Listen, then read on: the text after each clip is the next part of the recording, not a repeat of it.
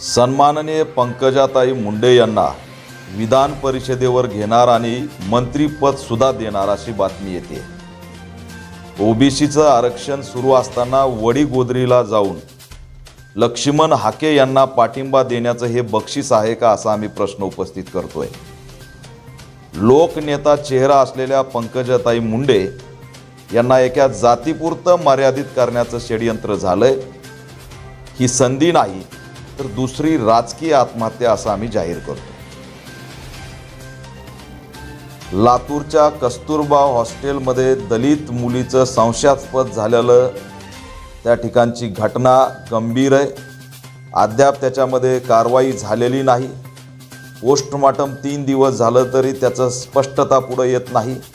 In कॅमेराची आमची भूमिका आहे ती त्यांनी मान्य केलेली आहे, पण यात गुन्हे कधी दाखल होणार, आरोपी कधी अटक होणार, याची सखोल चौकशी कधी होणार याबद्दल लातूर पोलिसांनी भूमिका जाहीर करावी। राज्याच्या गृहमंत्र्यांनी याच्यावरती बोलावं। अधिवेशन सुरू आहे, विरोधकांनी हा मुद्दा अधिवेशनात उपस्थित करावा। अल्पवयीन 15 वर्षाच्या मुलीला त्या ठिकाणी हॉस्टेलमध्ये तिचा अंत झालेला आहे। संशयास्पद मृतदेह तिचा आढळून आलेला आहे आणि घरच्या कुटुंबांनी केलेले जे गंभीर आरोप आहेत त्या आरोपाच्या दिशेने तपास झाला पाहिजे। संस्था चालकापासून सगळ्यांवरती गुन्हे दाखल झाले पाहिजेत अशी ऑल इंडिया पॅंथर सेनेची मागणी आहे। अद्याप या घटनेत काहीच घडत नाही हे सुद्धा निंदनीय आहे। आरोपी अटक झाले पाहिजेत, पीडित कुटुंबाला संरक्षण मिळालं पाहिजे आणि पीडिताला न्याय मिळाला पाहिजे। सर्व सखोल चौकशी झाली पाहिजे ही ऑल इंडिया पॅंथर सेनेची मागणी आहे। अन्यथा राज्यव्यापी आंदोलन केल्याशिवाय आम्ही राहणार नाहीत हा इशारा देतो। कालच्या बजेटमध्ये सामाजिक न्याय विभागासाठी कसलीही विशेष तरतूद नवी घोषणा जाहीर करण्यात आलेली नाही। एक प्रकारे ही सामाजिक न्यायाची हत्या आहे। या सरकारचं धोरण सामाजिक न्यायाचं नाही तर सामाजिक अन्यायाचं आहे हेच असणारं जाहीर होत आहे। दादासाहेब सबलीकरण योजनेच्या माध्यमातून जमिनी देण्याचा फक्त एक योजना बनलेली, वास्तव मात्र भयानक आहे। जमिनी मिळत नाहीत अशी स्थिती आहे। गायरान जमिनीवरती बुलडोजर चालू झालेत। गायरान जमीन सुद्धा महाराष्ट्रामध्ये सुरक्षित करण्यात आलेली नाही। घरकुल या पलीकडे आमच्या वाट्याला काहीच येत नाही। घरकुलात सुद्धा 1 लाख 1.5 लाखाच्या दरम्यान घर बांधायला सांगितलं जातं। आज 10 लाखाशिवाय घर होऊ शकत नाही आणि त्याचं बजेट वाढवण्याचं काम या ठिकाणी हे सरकार करत नाही। त्याच्यामुळे शिष्यवृत्ती असेल, गायरान असेल, जमीन असेल, सामाजिक न्यायाच्या या ठिकाणचे जे लाभार्थी आहेत, मागासवर्गीय, दलित, त्यांना नाकारण्याचं काम या राज्य सरकारने केलं आहे। त्यांचा आम्ही निषेध करतोय। ते सामाजिक न्याय नाही तर सामाजिक अन्याय करतायत। ऑल इंडिया पॅंथर सेना या बजेटचा या माध्यमातून जाहीर निषेध करत आहे। 2021ला तत्कालीन सामाजिक न्याय मंत्री धनंजय मुंडे यांनी एक घोषणा केली, जाहिरात काढली, ट्विट केलं आणि दलितांची थट्टा केली। डॉक्टर बाबासाहेब आंबेडकर विशेष अनुदान योजनेतून अनुसूचित जातीच्या विद्यार्थ्यांना बार्टीमार्फत, सामाजिक न्याय विभागामार्फत 10वीला जर 90% पडले तर 2 लाख रुपये देण्याची घोषणा केली। आज 10वीला 90% पडलेल्या विद्यार्थ्यांना काहीच दिलं जात नाही। उलट बार्टीनी पत्र काढलंय की ही योजना आम्ही राबवली नाही, त्याच्यामुळे आम्हाला फोन करू नका, व्हॉट्सअप करू नका, आम्ही ही योजना बंद केलेली आहे। तुम्हाला योजना बंद करायची होती तर त्याची जाहिरात का दिली?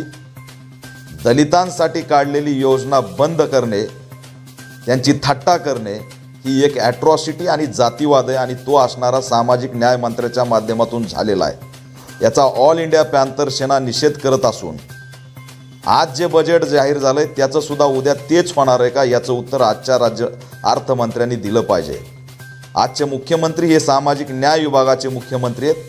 त्यांनी ही योजना रद्द न करता तात्काळ अनुसूचित जातीच्या विद्यार्थ्यांना ज्यांना 90% पडलेले आहेत त्यांना 2 लाख रुपये देण्याची योजना राबवावी, ती अंमलात आणावी आणि जर अंमलात आणणार नसाल तर तेव्हाही सत्तेत असल्याने आजही सत्तेत असलेले धनंजय मुंडे यांनी दलितांची माफी मागितली पाहिजे अशी ऑल इंडिया पॅन्थर सेना मागणी करत आहे। या बजेटमध्ये शेतकऱ्यांसाठी मोठमोठ्या घोषणा करण्यात आलेल्या आहेत। वीज असेल, पीक विमा असेल, त्यानंतर आर्थिक बजेटची घोषणा असेल, ती अंमलात आली, त्याची अंमलबजावणी झाली तर स्वागतच आहे। पण कायम या बजेटमधून या राज्यातला भूमिहीन शेतमजूर का नाकारला जातो हा प्रश्न मी या राज्य सरकारला विचारतोय।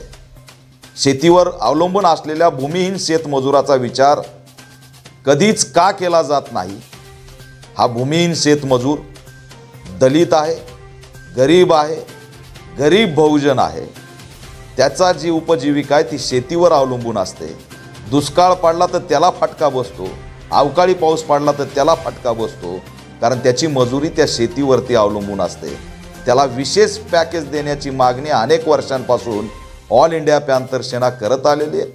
विरोधी नेते होते त्यावेळेस अजित पवार यांनी त्या ठिकाणी शेतमजुरांसाठी आम्ही पॅकेज जाहीर करू अशी भूमिका घेतली होती, परंतु सत्तेत गेल्यावर भूमिहीन शेतमजुरांना ते विसरलेत, हे दुर्दैव आहे।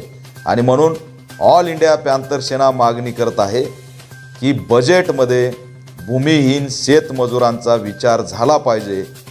आमच्यासाठी जमिनीच्या ज्या ज्या काही योजना असतील त्या राबवून आमचं भूमिहीनत्व संपवलं पाहिजे अशी सुद्धा मागणी ऑल इंडिया पॅन्थर सेना करत आहे।